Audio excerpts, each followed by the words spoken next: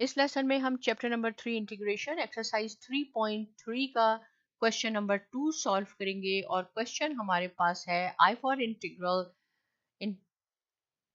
Of dx divided by x square plus 4x plus 13।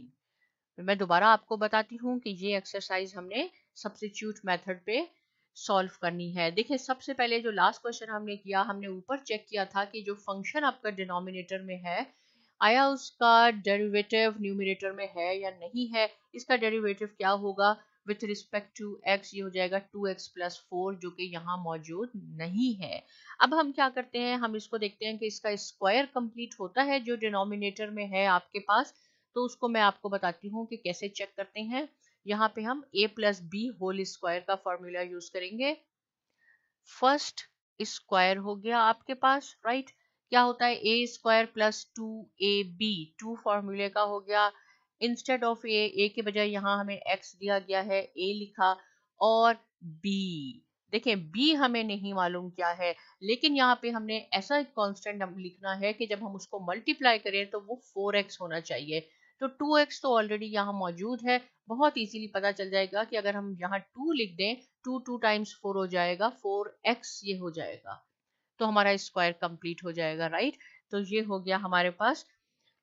तो हमने ये 2 देखे खुद यहाँ ऐड किया है जो कि नहीं था, मिसिंग था, इसलिए हम 2 का स्क्वायर भी यहाँ करते हैं और फिर जो हम ऐड करते हैं उसको सब्ट्रैक्ट भी करते हैं। इससे टेक्निकली क्वेश्चन पे कोई ज्यादा असर नहीं पड़ता है, क्वेश्चन आपका एज इट इज रहेगा, क्योंकि अगर ये दोनों क्रॉस हो गए तो आपका क्वेश्चन एज इट इज ही होगा। अब ये स्क्वायर बन गया, किसका हो जाता है, जो टर्म हमने देखें लिखी हुई है पैरेंथेसिस में ब्रैकेट में, ये है x और यहाँ है प्लस 2, ये x प्लस 2 होल स्क्वायर जो a plus b whole square है। आप इसको एक्सपेंड करके देख लें, आपका यहाँ तक आएगा, राइट। अब ये क्या है, नेगेटिव 2 और 2 स्क्वायर, ये 4 हो जाएगा, प्लस 13 है आपके पास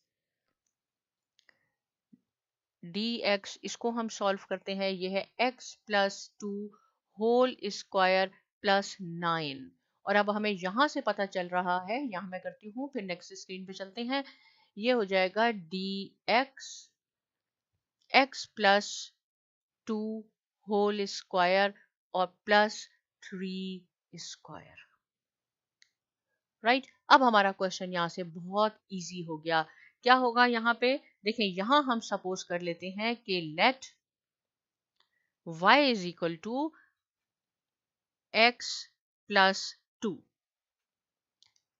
राइट। जो भी है पैरेंथेसिस में, मैंने आपको फर्स्ट क्वेश्चन में भी बताया कि इसकी पावर को हमने नहीं कंसीडर करना, सिर्फ हमने इसको सपोज करना होता है और कोई भी लेटर हम ले सकते हैं। तो y को मैंने कहा कि y है x प्लस 2, इसका dy अगर मैं इसका डेरिवेटिव लूंगी विथ रिस्पेक्ट टू x तो इसका 1 आ जाएगा, इसका डेरिवेटिव आ जाएगा।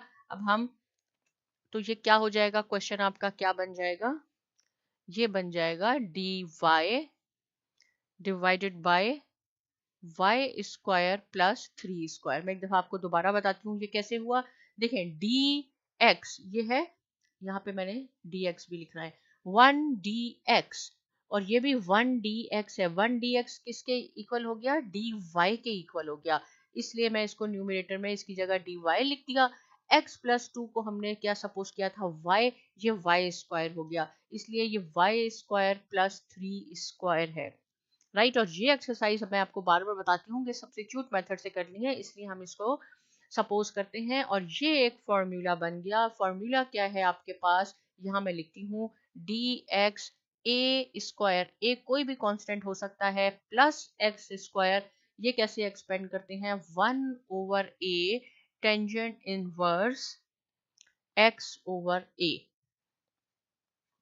देखें तो ये एग्जैक्ट आपके पास सेम है, ये है y स्क्वायर प्लस 3 स्क्वायर, ये इसको हम यहाँ पहले भी लिख सकते हैं, ये कांस्टेंट है, ये वेरिएबल है आपके पास। आपने इसको सेम इसी पैटर्न पे फॉलो करके इसको हमने इसकी इंटीग्रेशन करनी है। Integral of dy divided by y square plus 3, ये हो जाएगा 1 ओवर a कांस्टेंट है, इसमें ये कांस्टेंट है तो लिखें 1 ओवर a टेंजेंट इनवर्स ये x की जगह हमारे पास है y तो ये हो जाएगा y/3 + c।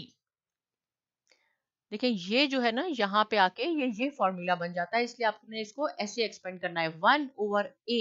a कांस्टेंट है और इसमें 3 कांस्टेंट है।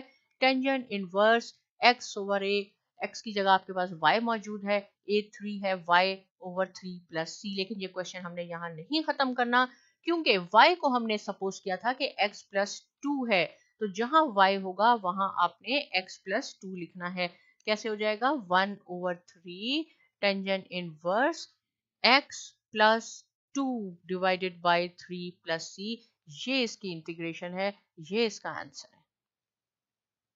राइट एक दफा मैं आपको क्विकली दोबारा बताती हूँ। सबसे पहले आपने देखना है ये फंक्शन का डेरिवेटिव ऊपर मौजूद है, नहीं मौजूद है आप इसको देखें कि आप इसका स्क्वायर कंप्लीट कर सकते हैं।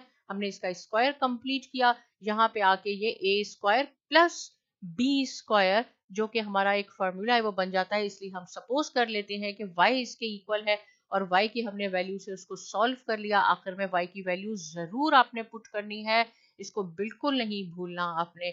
इससे रिलेटेड कोई क्वेश्चन है आप पूछ सकते हैं, और बहुत शुक्रिया।